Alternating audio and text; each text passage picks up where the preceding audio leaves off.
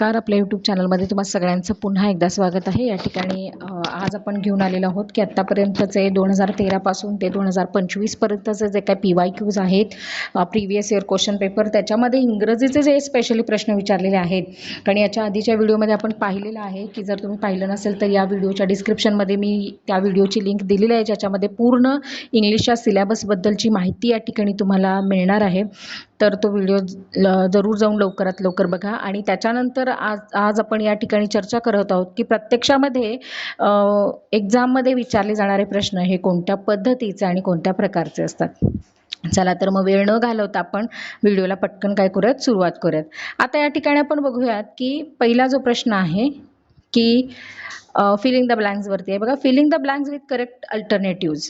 Okay, आता या ठिकाणी ऑप्शन्स दिलेले असतात तुम्हाला. 2013 मध्ये हा प्रश्न विचारला गेलेला आहे. या ठिकाणी तुम्ही बघू शकता की आय डॅश डॅश. हां, आता a letter to her yesterday आहे की नाही. आता याच्यामध्ये हा जो प्रश्न आहे याच्यासाठीचा पहिला ऑप्शन जो काही आहे तो आहे हॅव रिटन, सेकंड आहे रोट, थर्ड आहे हॅड रिटन अँड फोर्थ आहे राईट. आता यामध्ये करेक्ट जे आन्सर आहे ते करेक्ट आन्सर हे कोणतं असणार आहे तर ऑप्शन नंबर सेकंड, रोट. आता का असणार आहे तर त्याच्यासाठी बघा या ठिकाणी तुम्ही बघू शकता की dash dash a letter to her यस्टरडेवरून आपल्याला कळायला पाहिजे की हा पास्टमध्ये म्हणजे घडून गेलेली घटना दर्शवतो. अशा वेळेस सिम्पल पास्ट वापरायचं. आता इथं तुम्ही म्हणाल की हॅव रिटन जो काही आहे ना तो प्रेझेंटमधला आहे बरं का. या ठिकाणी परफेक्ट प्रेझेंट दाखवतो. त्याच्यानंतर हॅड रिटन जो आहे तो परफेक्ट पास्ट दाखवतो. आणि राईट जे काही आहे ते सिम्पल या ठिकाणी प्रेझेंट दाखवतो. मग ह्या तिन्हीमध्ये जर तुम्ही बघितलं तर तुम्हाला अजून एक असं विचारावंसं वाटेल तर मॅडम हॅड रिटन असं का नाही आहे तर हॅड रिटन नसणार आहे कारण ही घटना जी आहे ती नुकतीच म्हणजे कालच घडलेली आहे. लक्षात आलं का. त्यामुळं त्या ठिकाणी रोट हेच म्हणजे या ठिकाणी सिंपल भूतकाळामध्ये जे वापरलं जातं ते या ठिकाणी आपल्याला काय करायचं आहे, लिहायचं आहे. लक्षात आलं. त्याच्यानंतरचा दुसरा प्रश्न जो काय आहे तो म्हणजे the quality of the mangoes dash dash not good. हा प्रश्न जो काही आहे तो 2014 मध्ये विचारला गेलेला आहे. आता याचे जे करेक्ट ऑप्शन आहेत ते कुठले आहेत, आर आहे, वेअर, वॉज और हॅव. आता यामध्ये आपण बघू शकतो की the quality of the mangoes dash dash not good. आता quality of the mangoes dash dash not goods. आता इथं मँगोज म्हटल्यानंतर इथं एकतर आर आहे, वेअर आहे किंवा मग हॅव आहे. यापैकी कुणीतरी दिसायला पाहिजे. पण इथं ऑप्शन जो काही आहे तो वॉज आहे. बसला की नाही झटका. आता का असेल बरं, कारण इथं जो मुख्य कर्ता आहे तो मँगो नसून या ठिकाणी द क्वालिटी आहे. लक्षात येते काय बघा, the quality of mangoes. Mango हा नंतर आहे पण क्वालिटी जी काही आहे तो गुणवत्ता आहे जो एकवचनी आहे. म्हणून त्या ठिकाणी याचं उत्तर जे काय आहे ते वॉज येणार आहे. म्हणजे the quality of the mangoes was not good. लक्षात आलं. The quality of the mangoes were असं येणार नाही आहे कारण इथं जो कर्ता आहे.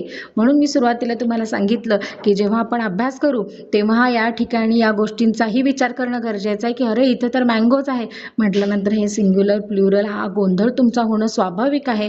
पण तसं न करता हाही विचार होणं या ठिकाणी गरजेचं आहे. हे त्याच्यानंतरचा पुढचा प्रश्न आहे तो म्हणजे 2016 मध्ये आलेला हा प्रश्न. He dash dash since he was a child. बघा, he dash dash since he was a child. आता या ठिकाणी ऑप्शन्स आहेत is limping, limp, has been limping or limps. आता याचं जे काही आन्सर आहे ते कोणतं असणार आहे तर यामध्ये बघा वाक्यामध्ये एक प्रिपोजिशन सुद्धा आलेलं आहे ते म्हणजे सिन्स. लक्षात आलं. आता यावरून आपल्याला कळतं की जेव्हा सिन्सचा वापर करून एखादी क्रिया भूतकाळात सुरू होऊन अजूनही ती चाललेली आहे. आता याच्यावरून वॉजवरनं कळतं की हे भूतकाळात घडलेलं आहे. बेसिकली एवढं तरी नॉलेज आपल्याला असतं ना की वॉज हे भूतकाळात आहे. आता हे भूतकाळात सुरू होऊन ही म्हणजे जी काही घटना आहे किंवा ही जी काही क्रिया आहे ती अजूनही चालू आहे असं कुठंतरी दर्शवलं जातं. म्हणजे हा काळ कोणता असणार आहे? Present perfect continuous tense. म्हणजे ज्याला आपण काय म्हणतो की प्रेझेंट परफेक्ट म्हणजे काय आहे? चालू पूर्ण काळ. मग चालू पूर्ण काळामध्ये इथं ऑलरेडी आता चालू पूर्ण जो काही आहे तो या ठिकाणी कुठला आहे? इथं याच्यावरनं कळतं की ही घटना भूतकाळात चालू होऊन सुरू आहे. मग याचं जे काही उत्तर आहे ते असणार आहे हॅज बीन लिम्पिंग. हे करेक्ट आन्सर जे काय आहे ते राहणार आहे. त्याच्यानंतरचा आहे पुढचा प्रश्न, तो 2018 मध्ये विचारला गेलेला आहे. Bread and butter dash dash my favourite breakfast. Okay, are आहे, is, were or have been. आता इथं काय येणार आहे? Bread and butter. आता तुम्ही म्हणाल ब्रेड अँड बटर, मग इथं आर येणार, वॉज येणार, सॉरी आर येणार, इज येणार, वेअर येणार का हॅव बीन येणार? आता याचं जे करेक्ट आन्सर आहे ते इज आहे. इज का आहे? कारण इज असण्यापाठीमागचं कारण आहे की ब्रेड हा पण सिंग्युलर आहे, बटर हे सुद्धा सिंग्युलर आहे आणि अँड हे कंजंक्शन त्याच्यामध्ये वापरलं गेलेलं आहे, त्याच्यामुळे तिथं आन्सर येणार आहे इज. आता तुम्ही म्हणाल तिथं इजच का आलं, हॅव बीन का आलं नाही? आता आर आणि वेअर का आले नाहीत हे तुम्हाला कळालं कारण हे प्लुरल नाही आहेत. मग इथं हॅव बीन येण्याचं कारणच नाही आहे ना, कारण इथं हॅव बीन जे काय ते बीचे फॉर्म्स आहेत, त्याच्यामुळे इथं येणार आहे इज. हे करेक्ट आन्सर. म्हणजे इथं जेव्हा दोन नामं मिळून एक संकल्पना किंवा एकच वस्तू एकच पदार्थ आहे असं दाखवलं जातं. आता ब्रेड अँड बटर हे आपण वेगळं नाही करू शकत. ब्रेड वेगळं आहे, बटर वेगळं आहे असं आपण नाही म्हणू शकत. तसं म्हणजे ते दोन एकच आहेत. ब्रेड बटरची सोय व्हायला पाहिजे किंवा ब्रेड बटर हा नाश्ता आहे, या पद्धतीनं आपण हे एकच संकल्पना असं वापरतो तेव्हा त्या ठिकाणी एकवचनीच क्रियापद जे काय आहे ते वापरलं जातं. त्याच्यानंतरचा पुढचा प्रश्न आहे तो म्हणजे the cattle dash dash grazing in the field. आता हा प्रश्न 2021 ला विचारला गेलेला आहे. Is, are, was or has been. आता इथं काय येणार आहे? The cattle. कॅटल हा शब्द नेहमी अनेक वचनी मानला जातो बरं का. मग तिथं एकतर आर येणार किंवा मग वेअर येणार. मग आता इथं वेअर द्यायला प्रश्नच नाही आहे कारण हॅज बीन जो काही आहे तो म्हणजे टू बी फॉर्म आहे. म्हणजे त्या ठिकाणी टू बी फॉर्म याचा अर्थ काय की तो बीचा फॉर्म आहे, लक्षात घ्या तिथं. हां, त्यामुळं हा येणं काही शक्य नाही आहे. मग राहिला प्रश्न कुठला? तर या ठिकाणी इज येईल किंवा वॉज येईल. मग कॅटल आपल्याला एरवी एक सवय लागलेली असते की सिंग्युलर आणि प्लुरलमध्ये यस यस प्रत्यय लागला की ते अनेक वचनी आहे, पण तसं नाही आहे. कॅटल म्हणा, पीपल म्हणा, असे जे शब्द आहेत ते अनेक वचनी म्हणूनच गृहीत धरले जातात. लोक, लक्षात आलं का? आता लोक, लोक याचा अर्थ काय? त्याच्यामध्ये एकच माणूस असणार आहे का? नाही. तर लोकांची गर्दी किंवा अनेक लोक एकत्र आल्यानंतर त्या गोष्टीला आपण लोक असं म्हणतो, म्हणजे पीपल म्हणणार आहे त्या ठिकाणी. लक्षात आलं? मग तसं या ठिकाणी द कॅटल असं म्हटलेलं आहे, त्यामुळे कॅटल हा शब्द अनेक वचनी मानला गेला असल्यामुळं त्या ठिकाणी तिथं आर हे जे काही अनेक वचनी आहेत ते लिहिलं गेलेलं आहे. त्याच्यानंतरचा आहे तो म्हणजे 6वा प्रश्न. आता या ठिकाणी 6वा प्रश्न या ठिकाणी मी तुम्हाला सरावाला काही प्रश्न दिलेले आहेत. आता ते प्रश्न जे काही आहेत ते तुम्ही सोडवायचे आहेत आणि त्याचे आन्सर जे काही आहेत ते आन्सर तुम्ही कमेंटमध्ये मला सांगायचे आहेत. जसं की आता पहिला आहे बघा, slow and study dash dash the race. Win आहे का विन्स आहे ते बघा. त्याच्यानंतर either you your brother dash dash taken my pen. Have, what येणार? Am are were? रीच येणार. आणि याचे जर आन्सर तुम्हाला हवे असतील तर आपल्या व्हॉट्सअप चॅनलवरती जाऊन जॉईन व्हा. तिथं मी याचे आन्सर आणि याचं जे काही PDF आहे ते मी टाकून ठेवलेलं आहे. आता या ठिकाणी आपण बघणार आहोत आर्टिकलवरती विचारले जे काही प्रश्न आहेत. आर्टिकल्स म्हणजे आपण बघितलेलं आहे की ए अँड द हे जे काही आर्टिकल आहे त्यांच्यावरती विचारले गेलेले नेमके कुठले प्रश्न आहेत. तर 2013 मध्ये तुम्ही या ठिकाणी बघू शकता की प्रश्न विचारला गेलेला होता. I have dash dash 1 rupee note. आता या ठिकाणी एक लक्षात घ्या की ए ॲन आणि द तसं बघायला गेलं तर खूप सोपं आहे, पण त्याच्यावरती बऱ्यापैकी हमखास प्रश्न विचारला गेलेला आहे. तर या ठिकाणी एक गोष्ट लक्षात येते की जे काही होल जे काही म्हणजे टोटल जे काही अल्फाबेट्स आहेत त्याच्यामध्ये तुम्ही AEIOU यांच्यासाठी ॲन हे वापरायचं आहे. जे काही ओवल्स आहेत त्यांच्यासाठी, आणखीन जे काही कॉन्सोनंट जे शिल्लक राहतात त्यांच्यासाठी ए वापरायचं आहे, अ वापरायचं आहे. पण द वापरताना जरा गडबड होते, तेव्हा एक ट्रिक मी तुम्हाला या ठिकाणी सांगणार आहे की जेव्हा अशा पद्धतीचा प्रश्न येतो तेव्हा तुम्ही एक लक्षात ठेवायचं आहे की त्या ठिकाणी ए आणि ॲन हे बसण्या अगोदर तिथं द बसतोय काय बघायचं. म्हणजे द संदर्भातले जे काही नियम आहेत ते नियम तिथं लागू होतात का आधी ते थोडंसं चेक करायचं आहे आणि मगच तुम्ही ए आणि ॲन बसतो का त्या ठिकाणी बघायचं आहे. आता दिलेलं जे काही प्रश्न आहे त्या ठिकाणी तुम्ही बघू शकता की ही जी काही रिकामी जागा आहे त्या रिकाम्या जागेच्या नंतरचा जो काही वर्ड आहे तो कुठला आहे, वन आहे. तो वन आहे तर त्या वनची जी काही सुरुवात आहे ती ओने होत असली तरी त्याचा उच्चार व म्हणजेच डब्ल्यू असा व्यंजनासारखा होतो. म्हणून त्या ठिकाणी आपल्याला काय वापरायचं आहे, वापरायचा आहे. म्हणजे त्या प्रश्नाचा पर्याय क्रमांक जो काही आहे तो ए असणार आहे. बघा बरं, आपल्याला एरवी वाटतं की ए ई आय ओ यू हे स्वर आहेत. लक्षात ठेवा, स्वरांचे उच्चार जर त्या शब्दाला लागू होत असतील तर आणि तरच तो हकदार आहे ॲन तिथं घेण्याचा.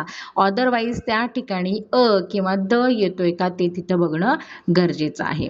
त्यानंतरचा सेकंड प्रश्न आहे, Nile is the longest river in the world. आता या ठिकाणी एक लक्षात घ्या, ए आहे, ॲन आहे, द आहे का झिरो आर्टिकल आहे हे लक्षात घेतलं पाहिजे.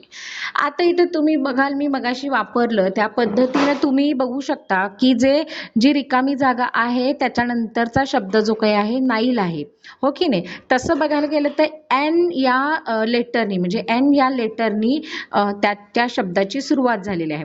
तर हा झाला कानसोनट, हो की नाही. तर त्याला रितसर काय लागला पाहिजे, लागला पाहिजे. पण तो येणार नाही. काय येणार नाही, कारण मी तुम्हाला पहिलाच सांगितलंय घाई नाही करायची की ए लागतो का ॲन लागतो. त्या ठिकाणी आधी तपासायचं की द चे नियम लागू होतात का.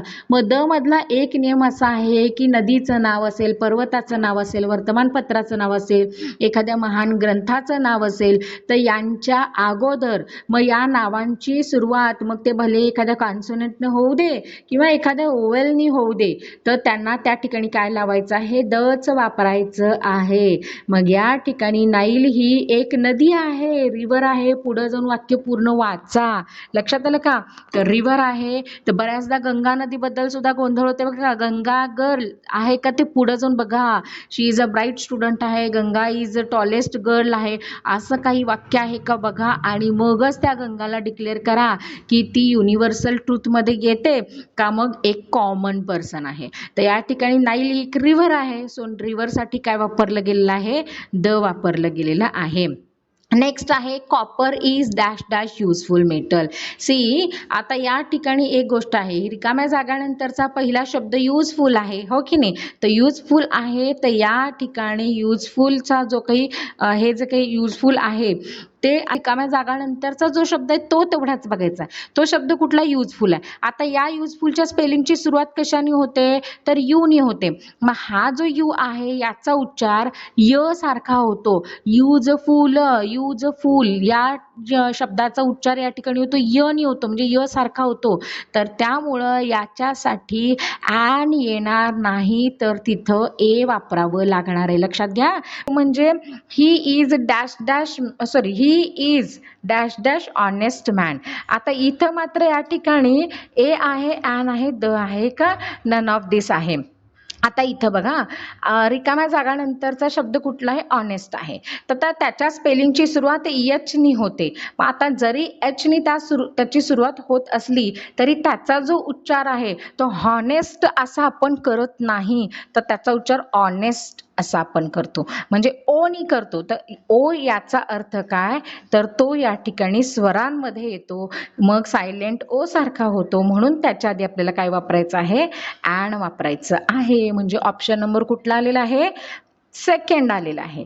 त्याच्यानंतरचा प्रश्न आहे तो शी इज डॅश डॅश. तुम्ही थोडंसं मी मागे एक दोन प्रश्नाचं सांगितलं नाही का, कुठल्या प्रश्नाला म्हणजे कुठल्या साली आले ते बघा, हे 2021 ला आलेलं आहे. She is dash dash best student in the class. Okay. आता इथं बघा रिकाम्या जागा नंतरचा पहिला शब्द कुठला बेस्ट आहे. त्या बेस्टची सुरुवात कशाने झालेली आहे, बीनी झालेली आहे. तर हे बीनी जरी झालं असलं तरी बघा परत गोंधळत आहे. मी पुन्हा सांगितलेलं आहे की आधी तुम्ही द वगैरे लागते का चेक करायचं. आणि द मध्ये एक नियम असा पण आहे, सुपरलेटिव्ह डिग्री जर असेल तर त्या ठिकाणी त्या शब्दाला डोळे झाकून आपल्याला काय घ्यायचं आहे, द हा ऑप्शन घ्यायचा आहे. म्हणजे इथं पर्याय क्रमांक 3 हा बरोबर आहे. तर या ठिकाणी पुढचा प्रश्न, आता तुम्ही पुढचा प्रश्न घेण्याची इथं तुम्ही जरा नियम बघू शकता. ॲनचा उच्चार, आता इथं ॲन ॲपल आहे, ॲन आवर आहे, ॲन MP आहे, ॲन अम्ब्रेला आहे. आता हे जे काय उच्चार आहेत, आता इथं हे यांच्या जे काही स्पेलिंगची जी काही सुरुवात आहे ती एच ने झालेली आहे. तर इथं आपण हावर असं म्हणत नाही, आवर असं म्हणतो. त्याच्यानंतर ए नी चालू होणारे जे काही व्यंजन आहेत, द म्हणजे निश्चित. आता द सन, द गीता, म्हणजे हे द सन हे युनिव्हर्सल आहे, द गीता हे इपिक आहे बरं का आपल्यातलं, म्हणजे मोठी महाग्रंथ आहे तो. तर याच्यामध्ये first rank, second rank, first second third असे रँक सांगत असताना, देशाचे नाव सांगत असताना या ठिकाणी द हे जे काही आहे ते आर्टिकल आपल्याला वापरावं लागतं. मग आता नो आर्टिकल म्हणजे जिथं आर्टिकल वापरावंच लागत नाही असं कुठलं आहे, तर कुठली भाषा असेल म्हणा, एखादा खेळ असेल म्हणा, किंवा एखादं द्रव्य असेल म्हणा, म्हणजे आपण मेटल म्हणतो, किंवा त्याच्यापूर्वी काय करायचं आहे, आर्टिकल या ठिकाणी वापरायचं नाही आहे. ठीक आहे. आता या ठिकाणी आपण बघूयात की WH क्वेश्चन जे आहे त्याच्यावरती प्रश्न म्हणजे कोणत्या पद्धतीचे प्रश्न विचारतात. मुळात प्रश्न कसा विचारतात, प्रश्नाचा रोख कसा असतो हे आधी समजून घ्या बरं का. आता या ठिकाणी बघा, choose the correct WH question to get the underline part as the answer. Mister Sen was the great education. हां, आता हा जो प्रश्न आहे तो 2013 साली विचारलेला होता. आता या ठिकाणी तुम्ही बघू शकता की हा जो काही पार्ट आहे जो डार्क तुम्हाला दिसतोय, हां इथं अंडरलाईन नाही आहे, पण डार्क जो पार्ट दिसतोय की नाही तो ॲज अ आन्सर म्हणून पुढे आला पाहिजे. आता या अर्थाने तुम्ही काय करायचं आहे, प्रश्न बनवायचा आहे.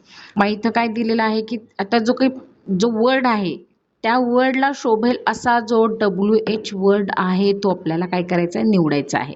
तर त्या अगोदर आपल्याला माहीत पाहिजे हू म्हणजे याचा अर्थ काय, कोण, व्हॉट म्हणजे काय, हाऊ म्हणजे कसे, आणि विच म्हणजे कोणते.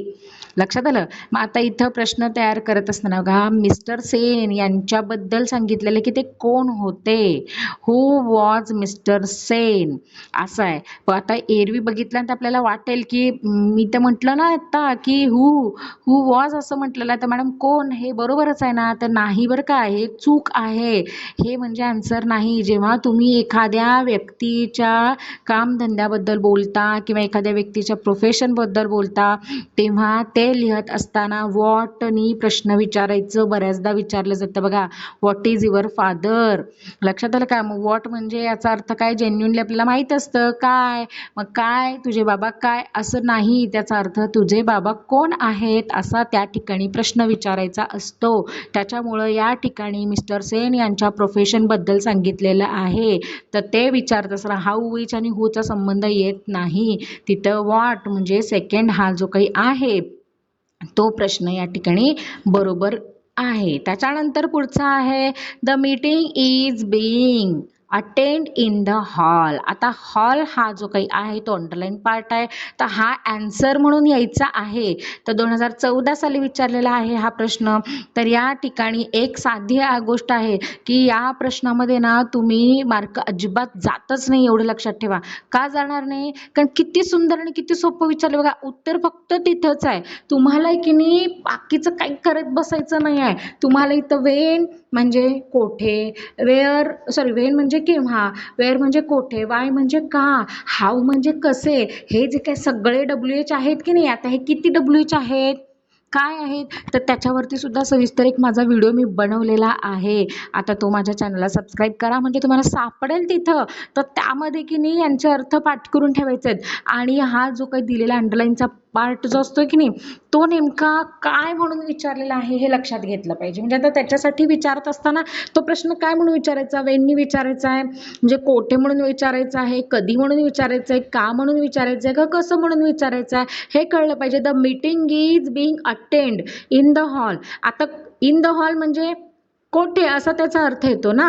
म्हणजे मीटिंग जी काही आहे ती अटेंड करायची, ती कुठे, तर हॉलमध्ये. मग आपल्याला इथं कधी हे म्हणून चालणार आहे का तिथं, म्हणजे व्हेन वापरून चालणार आहे का तिथं, का असं म्हणून चालणार आहे का, किंवा कसं अटेंड करायचं आहे असं म्हणून आहे का, नाही. तर कोठे आपल्याला ती अटेंड करायची आहे, इन हॉल. म्हणजे कोठे, हा म्हणजे वेअर हे जे काही आहे ऑप्शन नंबर सेकंड जे काय आहे ते याचं काय असणार आहे, उत्तर असणार आहे. त्याच्यानंतर तिसरा प्रश्न आहे की they have been working since morning. आता हा 2017 साली विचारला गेलेला आहे. सिन्स मॉर्निंग हे आन्सर येण्यासाठी आपल्याला या ठिकाणी काय वापरायचं आहे, तर since okay, when have they been working हे याचं स्पष्टीकरण. म्हणजे या ठिकाणी वेळेचा विशिष्ट बिंदू म्हणजे पॉइंट ऑफ द टाइम दिला असेल तर सिन्स व्हेन ही रचना वापरणं सर्वात अचूक आहे. म्हणजे आता या ठिकाणी लक्षात घ्या की पहिला जो काही ऑप्शन आहे तो करेक्ट आहे. Since when the when have they been working हे जे काही वाक्य आहे ते या ठिकाणी काय असणार आहे, करेक्ट असणार आहे. कारण इथं सिन्स दिलेला आहे आणि तो वापरून मग त्या ठिकाणी काय करायचं आहे की व्हेन, आता सिन्स मॉर्निंग आहे, सिन्स व्हेन मॉर्निंग असं येणार ना. मग या ठिकाणी मॉर्निंग आहे तर मॉर्निंग हे उत्तर कधी, सकाळी आहे. कधी आहे, सकाळी आहे.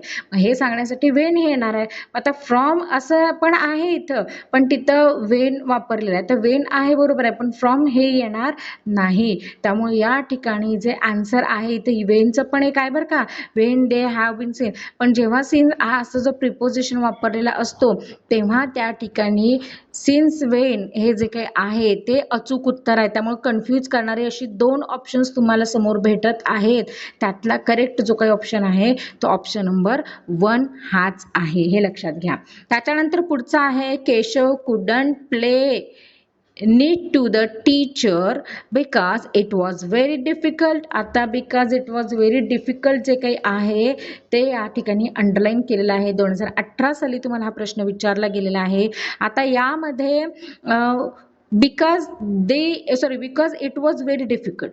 आता या ठिकाणी इथं काय सांगितलं, आधीच कारण दिलेलं आहे. मग आपण या ठिकाणी जेव्हा एखाद्या गोष्टीचं कारण ऑलरेडी दिलेलं असतं किंवा एखाद्या गोष्टीचं कारण आपण समोरच्याला विचारतो तेव्हा काय विचारतो मला जरा सांगा बरं. काय आहे असं म्हणतो का, का असं म्हणतो ना. मग इथं बघा वाय म्हणजे का, बरोबर. हाऊ म्हणजे कसे, व्हेन म्हणजे केव्हा आणि व्हॉट म्हणजे काय. तर या ठिकाणी वाय म्हणजे का इथं ऑलरेडी दिसत आहे, कारण बिकॉजनी सुरुवात झालेलं आहे. त्या पॉईंटला अंडरलाईन बिकॉजनी केलेलं आहे. जेव्हा केव्हा या ठिकाणी तुम्हाला एखाद्या अंडरलाईन केलेला जो काही पार्ट आहे तो जर बिकॉज असं रिझन देत असेल तर डोळे झाकून तुम्ही निश्चिंतपणानं वायनी जो काही ऑप्शन पुढे येत असेल त्या ऑप्शनला तुम्ही कन्सिडर केलं तरी सुद्धा चालू शकतं. बघा किती सोपं आहे. मी पुढच्या वाक्यांची रचना काय आहे हे सुद्धा मी या ठिकाणी बघितलेलं नाहीये, कारण तिथं ऑलरेडी WH चे 7 काय 8 प्रकार आहेत. WH वर्ड जे काही त्याला आपण सप्तरंग असं सुद्धा म्हणतो इंग्रजीमध्ये. तर हे जे काही WH वर्ड्स आहेत हे वर्ड जे काही आहेत ते 7 आहेत. तर एवढे पुष्कळ आहेत, त्याच्यामुळे त्यांनी तुम्हाला या ठिकाणी वेगवेगळे घालू शकतात. ऑप्शन्स खूप सगळे आहेत, पण फक्त आपल्याला त्याचे नियम जे काय आहेत ते प्रॉपर माहिती असणं गरजेचं आहे. मग आता इथं मी चार्ट दाखवलेला आहे. जर ज्यांना कुणाला माहिती नसेल त्यांनी या ठिकाणी तुम्ही याचा स्क्रीनशॉट घेऊ शकता. WH चे काही महत्त्वाचे नियम या ठिकाणी आहेत. एखाद्या व्यक्तीबद्दल पर्सनबद्दल विचारायचं असेल, म्हणजे जर आन्सर एखाद्या व्यक्तीचं येत असेल तर त्या ठिकाणी हुम किंवा हु असं येतं. एखादं ठिकाण असेल तर तुम्ही वेअर घेऊ शकता. एखादी वेळ असेल, टाईम असेल तर व्हेन म्हणून घेऊ शकता. कारण रिझन जसं आपण मगाशी बघितलं बिकॉज वगैरे, तर ते इथं वाय म्हणून येतं. त्यात पद्धत कशी आहे की नाही, त्याची करायची पद्धत आहे तर ती या ठिकाणी कशी येणार आहे, हाऊ अशी येणार आहे. त्याच्यानंतर चॉईस आहे तर विच येणार आहे तुमच्या पुढे 1 2 3. Which is your favourite game या पद्धतीनं. त्याच्यानंतर स्वामित्व एखाद्याचं सांगायचं असेल, एखाद्याची मालमत्ता आहे असं जर सांगायचं असेल तर टेक्निक हुज असं येणार आहे. आणि संख्येचं प्रमाण यामध्ये मोजता येण्यासारखं असेल तर हाऊ मेनी किंवा हाऊ मच या ठिकाणी येणार आहे. लक्षात आलं का. तर हा जो काही दिलेला चार्ट आहे हा चार्ट खूप IMP आहे. या ठिकाणी तुम्हाला सगळे जे काही WH आहे ते सगळे WH या ठिकाणी कव्हर होत आहेत. त्यामुळे प्लीज हा जो काही चार्ट आहे मी हा पाहिजे तर क्लीन करते. तुम्ही याचा एकदा काय काय करा, छान असा एक स्क्रीनशॉट तुम्ही काढून घ्या, जेणेकरून तुमच्याकडे याच्या संदर्भातला जो काही एक डेटा आहे तो तुमच्याजवळ आता आपण या ठिकाणी बघणार आहोत की नॉट ओनली बट अल्सोचे जे काही प्रश्न आहेत ते कोणत्या पद्धतीने विचारले जातात. कारण 2013 आणि 14 साली जो काही प्रश्न आहे तो या ठिकाणी विचारला गेला होता नॉट ओनली बट अल्सोचा. इथं क्वेश्चन आहे choose the correct not only but also from the following sentences. आता या ठिकाणी तुम्ही बघू शकता की the burglar cannot open the window and he can't break the lock. 2013-14 साली हा विचारला गेलेला प्रश्न होता. याच्यामध्ये तुम्ही बघू शकता की ऑप्शन आहे the burglar can't only open the window but also the break. Second option आहे the burglar cannot only open the window but also the break the lock. Next आहे थर्ड नंबरचा ऑप्शन आहे not only the burglar can open the window but also break the lock. आणि fourth option आहे the burglar cannot only open the window but also the break it lock. आता यामध्ये तुम्ही बघू शकता की ऑप्शन नंबर सेकंड जो काही आहे तो या ठिकाणी करेक्ट आहे. का आहे, जेव्हा दोन नकारार्थी क्रिया जोडल्या जातात तेव्हा कॅनॉट मधील नकार हा नॉट ओनली आहे असा समजला जातो. आता जसं या ठिकाणी कॅनॉट असं आहे की नाही, तर तिथं नॉट ओनली आहे असं गृहीत धरायचं आहे. मग या ठिकाणी कॅनॉट ओनली असं आपण या ठिकाणी गृहीत धरू शकतो. त्याच्यानंतर पुढचा आहे तो म्हणजे ही is a teacher and politician. हा प्रश्न 2016 साली विचारला गेलेला होता. मग याचे ऑप्शन्स आहेत he is not only a teacher but also politician, he is not only the teacher but also the politician. त्याच्यानंतर not only he is the teacher but also a politician and he is a teacher not only but also a politician. आता याचं जे correct answer आहे ते आहे पहिलं option, कारण ही is not only the teacher but also the politician. आता इथं काय आहे बघा, ह्या दोन ऑप्शन्समध्ये थोडीशी गल्लत होते.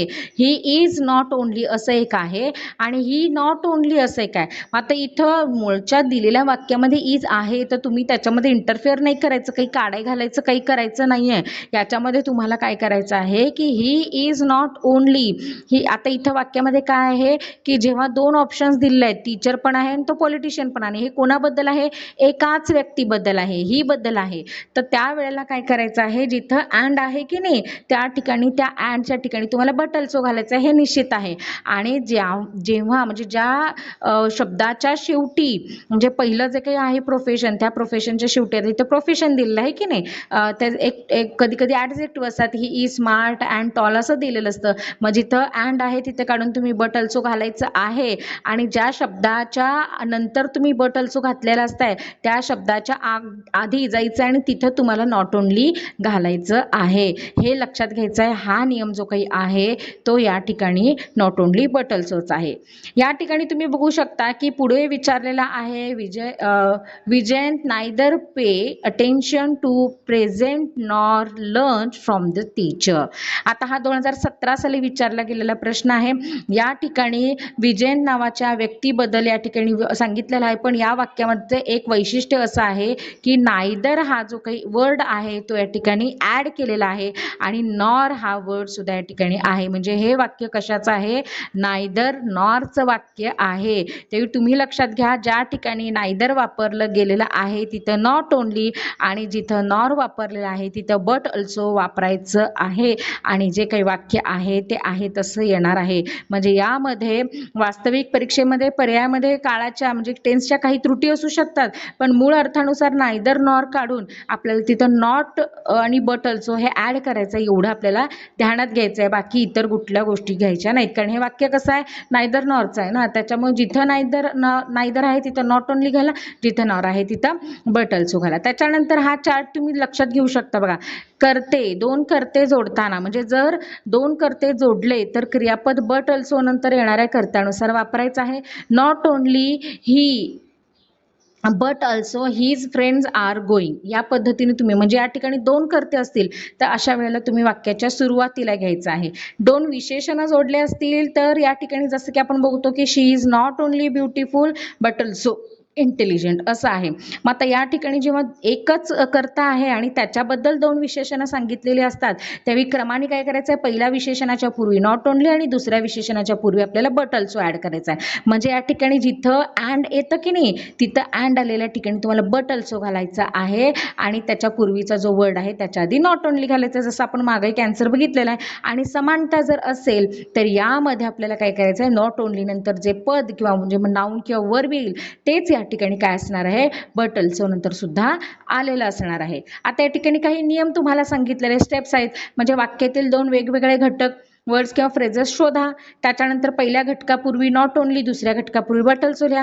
जर वाक्यामध्ये as well as, and, both वगैरे असं दिलं असतील ना किंवा नायदर नॉर असतील तर पर्टिक्युलर आपल्याला काय करायचं आहे, ते शब्द काढून त्या ठिकाणी नॉट ओन्ली आणि बट ऑल्सो वापरायचं आहे. लक्षात आलं, नॉट ओन्ली बट ऑल्सो वरती सुद्धा प्रश्न विचारले गेलेले आहेत. त्यामुळे असं केअरलेस राहू नका की जे 29 टॉपिक दिलेले आहेत तेच का, त्याच्यामध्ये सुद्धा neither not only but also आहे. आता लगेचच या ठिकाणी आपण बघूयात नंतर की नो सूनरची काही वाक्य असतात ती कशी असतात ते सुद्धा आपण या ठिकाणी आता जसं मागे मी म्हणाले तसं ना, आता नो सूनरची काही वाक्य बघूयात. मग नो सूनरमध्ये फार काही जास्त विचारले जात नाहीत, पण तरी पण एक शक्यता नको, आपण सगळेच आता क्लिअर करत आहोत डाऊट्स आणि पॉईंट्स आणि प्रश्न, तर आपण बघूयातच हे पण प्रश्न. आता 2013 आणि 14 साली विचारला गेलेला प्रश्न आहे बघा. या ठिकाणी तुम्ही बघू शकता की 2013 आणि 14 साली कुठले प्रश्न विचारले गेलेले आहेत. तर त्याच्यामध्ये नो सूनर संदर्भात तुम्हाला माहितीच असणार आहे की नो सूनर हा सगळ्यात सोपा आणि त्यातल्या त्यात फार काही क्लिष्ट असा नाही आहे, पण तरी सुद्धा तयारी लागते. त्याच्या ठिकाणी प्रश्न कसा विचारलाय तर बघा, choose the correct no sooner than from this following sentences. As soon as the thief saw the police, he run away. आता हा प्रश्न 2013 आणि 14 साली विचारले गेलेला आहे. आता इथे आन्सरचे ऑप्शन्स बघा. No sooner did the thief see the police than he run away. Second आहे no sooner the thief saw the police then he run away. Next आहे तो म्हणजे no sooner does the thief see the police then he run away. And fourth option is there, he no sooner had the thief see the police then run away. आता no sooner did जे काही आहे, no sooner did thief हा जो काही आहे हा correct option आहे पहिला. आता का आहे हे लक्षात घ्या. बऱ्याच विद्यार्थ्यांना असं वाटतं की सुरुवातीला नो सूनर घालायचं, मध्ये कुठचं दॅन घालायचं म्हणजे उत्तर बरोबर आहे. तर ते पद्धत बरोबर नाही आहे बरं का. किंवा बऱ्याचदा ॲज सून ॲज काढल्यानंतर लगेच तुम्ही नो सूनर घाला, हा हे बरोबर आहे. पण लक्षात ठेवा तिथं डीड, डू आणि डजची रूपं वापरली जातात. त्याच्यामुळे लक्षात घ्या. आता इथं हे कशावरनं कळालं की इथं डीड वापरायचं, इथं डू वापरायचं आहे. इथं जे वापरलं गेलेलं वर्ब आहे ते सॉ आहे, म्हणजे भूतकाळी रूपामध्ये वापरलं गेलेलं आहे. त्याच्यामुळे मी इथं काय घेतलेलं आहे, डीड घेतलेला आहे. आता इथं डज कधी घेतो आपण, ज्यावेळी क्रियापदास यस किंवा इयस प्रत्यय लागतो तेव्हा डज वापरायचं आहे. आणि क्रियापदाचं मूळ रूप असतं की नाही तेव्हा डू वापरायचं असतं. मग आता इथं डूचं कुठलं नाही आहे, डजचं आहे. डज घ्यायचा संबंधच येत नाही, कारण इथं क्रियापदाचं कितवं रूप आहे, तिसरं रूप आहे. त्याच्यानंतर सेकंड क्वेश्चन आहे तो म्हणजे as soon as he reach the station comma the train left. आता 2016 साली वापरलं गेलं आहे. आता हे मात्र निश्चित आहे की जिथं कॉमा आहे की नाही तिथं आपल्याला देन वापर. आता या सेकंड सेंटेन्समध्ये तुम्ही बघू शकता की as soon as he reach the station comma the train left. आता हे जे आहे ते 2016 साली विचारला गेलेला हा प्रश्न आहे. आता हे बरोबर आहे की जिथं कॉमा असतो की नाही तिथं तुम्हाला देन लावायचं असतं, हे बरोबर आहे. आणि सुरुवातीला ॲज सून ॲज काढून तुम्हाला नो सूनर असतं. जसं मी मगाशी म्हणाले ते नो सूनरमध्ये एक नियम पक्का नियम लक्षात ठेवा की डू डज आणि डीडचा वापर केला जातो. आता डू डज डीड कशावरनं वापरायचं आहे हे मी तुम्हाला आता लगेचच सांगितलेलं आहे की क्रियापद बघा, वर्ब बघा, ते वर्बला जर ईडी प्रत्यय लागला असेल तर तिथं डीड वापरायचा आहे. आता हा ईडी प्रत्यय प्रत्येक वेळेस लागतो याचा अर्थ ते डीड लावण्यासारखं आहे असं नाही आहे बरं का, हे पण लक्षात घ्या. मी तुम्हाला एक अगदी छोटीशी ट्रिक म्हणून मी सांगितलेलं आहे. नाहीतर क्रियापदाचं ऑलवेज तिसरं रूप म्हणजे ज्याला आपण V3 असं म्हणतो ते V3 असतानाच तुम्हाला काय करायचं आहे, डीड वापरायचं आहे. आणि त्या क्रियापदास यस यस असेल तर त्या ठिकाणी डज वापरायचं आहे. काही क्रियापद मूळ रूपात असेल, जसं इथं रिच असतं तर या ठिकाणी आपण डू वापरलं असतं. मग आता मला सांगा या ठिकाणी डीड असणारे कोण कोण आहेत बरं? ऑप्शन नंबर पहिला आणि ऑप्शन नंबर दुसरा, याच्यामध्ये डीड वापरलेला आहे, होय की नाही? आणि इथं तर काही वापरलेलंच नाही, त्यामुळे ऑप्शन नंबर 3 कॅन्सल होतो आणि ऑप्शन नंबर 4 पण कॅन्सल होतो, कारण इथं डज वापरलेला आहे. मग आता इथं डीड नंतर ही रिच द स्टेशन, आता इथं काय आहे? इथं वेन वापरलेला आहे, इथं दॅन वापरलेला आहे. मग आता यामध्ये करेक्ट जे सेंटेन्स आहे ते कुठलं योग्य आहे? तर या ठिकाणी आपण बघू शकतो की नो सुनरच्या जोडीला नेहमी देन वापरलं जातं, हे ध्यानात घ्या. वेन हे कन्फ्यूज करण्यासाठी असतं बाळांनो, लक्षात आलं का? त्यामुळे दॅन जे काही आहे ते असेल तरच वाक्य बरोबर असतं, नाही तर आपण कन्फ्यूज होऊन जातो. त्याच्यामुळे साधी गोष्ट आहे, इथं हे वाक्य जे ऑप्शन पहिलं जे काही आहे ते ऑप्शन पहिलं जे काही आहे ते करेक्ट आहे. त्याच्यानंतर तिसरा आहे the sun rose and fog disappeared. आता हा जो प्रश्न आहे तो 2018 साली विचारला गेलेला आहे. आता इथं वाक्याच्या सुरुवातीला या ठिकाणी तुम्हाला नो सुनर लावायचं आहे. तर प्रत्येक ऑप्शनच्या वाक्याचं जर तुम्ही निरीक्षण केलं तर नो सुनर प्रत्येकाला लागलेला आहे. पण या ठिकाणी डू डज डिड हा नियम इथं आपल्याला विसरून चालणार नाही बरं का. या ठिकाणी तुम्हाला या ठिकाणी डिड वापरलेलं जी काही वाक्य आहे डिडच वापरायला लागणार आहे, कारण राईजचं जे तिसरं रूप आहे ते रोज आहे. मग या ठिकाणी डिड वापरलेली कुठली वाक्य आहेत बरं? ऑप्शन नंबर 1 एक आहे आणि ऑप्शन नंबर 3 मध्ये एक आहे. मग आता 2 आणि 4 नाही आहे, कारण इथं डू डज, इथं तर डू डज वापरलेलंच नाही 2 मध्ये, आणि चौथ्यामध्ये डज वापरलेलं. मग डज कधी वापरायचा? यस प्रत्यय असेल तर, हो की नाही? मग आता इथं हे तिसरं रूप आहे म्हटल्यानंतर आपल्याला काय करायचं आहे? नो सुनर डिड द सन, मग आता रोज वाक्य आहे तसं लिहायचं. आणि जिथं आता या ठिकाणी दॅन कुठं वापरायचं आहे? तर या ठिकाणी अँडच्या ठिकाणी तुम्हाला काय वापरायचं आहे? दॅन वापरायचं आहे. लक्षात आलं? मग या ठिकाणी ऑप्शन नंबर कुठला करेक्ट आहे? तो आहे पहिला ऑप्शन बरोबर आहे. समजलं? आता इथं या ठिकाणी तुम्ही बघू शकता की मॅम पहिलं आणि तिसरं जे ऑप्शन आहे त्याच्यामध्ये तुम्ही या ठिकाणी जे काही पहिलं ऑप्शन आहे त्या ठिकाणी करेक्ट आहे. आता या ठिकाणी तुम्ही बघायचं आहे की नो सुनर दॅनचे अचूक नियम जो काही आहे तो इथं सूत्रामध्ये मी दिलेला आहे. नो सुनर आहे प्लस जे काय ॲक्झिलरी वर्ड आहे, म्हणजे ज्याच्यामध्ये डू डज डिड आणि हॅडचा वापर तुम्हाला करायचा असतो, जो मी मगाशी तुम्हाला सांगितलं. जर क्रियापदाचं मूळ रूप असेल तर डू वापरायचं आहे, त्याच्यानंतर त्याला यस मूळ रूपाला लागलं असेल तर डज वापरायचं आहे, दुसरं आणि तिसरं रूप असेल तर डिड वापरायचं आहे. आणि जर त्याच्यामध्ये हॅड आणि V3 आलेलं असेल तर लक्षात ठेवा हॅड आहे तसं येणार. मग तिथं आपल्याला डू डज डिडमध्ये काही इंटरफेअर करायचा नाही आहे. आणि त्याच्यानंतर मग सब्जेक्ट घ्यायचा आहे, मेन वर्ब घ्यायचा आहे, देन घ्यायचा आहे, आणि मग सेकंड सेंटेन्स आपल्याला काय करायचं आहे त्या ठिकाणी ॲड करायचं. म्हणजे पहिल्या सेंटेन्सचा सुरुवात करण्या अगोदरच ही सगळी प्रोसिजर आपली व्हायला लागते बघा. एक म्हणजे नो सुनर लिहायचं, नो सुनर लिहिल्यानंतर मग डू डज डिड हे कन्सिडर करायचं, आणि मग पहिलं वाक्य, मग पहिलं वाक्य जे अँड आहे, बट आहे, कॉमा आहे तिथंपर्यंत आहे तसं लिहून घ्यायचं, आणि मग दुसरं वाक्य लिहून काढायचं आहे. हा होता ह्याचा नियम. आणि याच्यामध्ये अजून एक गोष्ट आहे की लक्षात ठेवण्यासारखी एक गोष्ट आहे, त्याच्यामध्ये दॅनचा जो काही वापर आहे तो अनेकदा परीक्षेमध्ये देन किंवा वेन असं देऊन फसवलं जातं, जसं आपण मगाशी बघितलं की नाही तसं. मग त्याच्यामध्ये एक लक्षात ठेवायचं, कायम दॅनच या ठिकाणी वापरलं जातं. त्याच्यानंतर डू डज डिड नंतर V1 जर दिलं असेल तर त्या ठिकाणी तुम्ही जर डू डज डिड हे वापरलं त्यानंतर क्रियापदाचं नेहमी काय येतं? रूट फॉर्म येतो, म्हणजे मूळ रूप येतं, हे लक्षात घ्या. जेव्हा तुम्ही डू डज आणि डिड वापरता, आता रिच्ड होतं तर तिथं काय वापरलं होतं? पहिलं ऑप्शन का म्हटलं? कारण तिथं रिच वापरलेलं आहे, म्हणजे मूळ रूप वापरायचं आहे. आणि वाक्याचा जो क्रम आहे तो नो सुनर नंतर लगेच सहाय्यकारी क्रियापद आले पाहिजे, करता येता कामा नये. लक्षात आलं? तर अशा पद्धतीनं हे नो सुनरची सुद्धा काही वाक्य या ठिकाणी आपण पाहिलेली आहेत.